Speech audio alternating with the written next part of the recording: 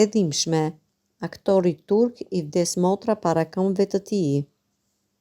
Aktori Engin Öztürk ditë më parë humbi motrën e tij pasi ajo pësoi sulm në zemër.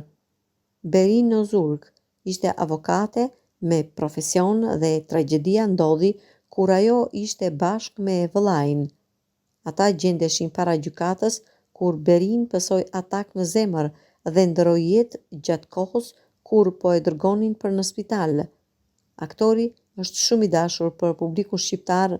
Ai ka luajtur në disa role në serialet Sultani i Madhërisëm, Fatma Gul e të tjera.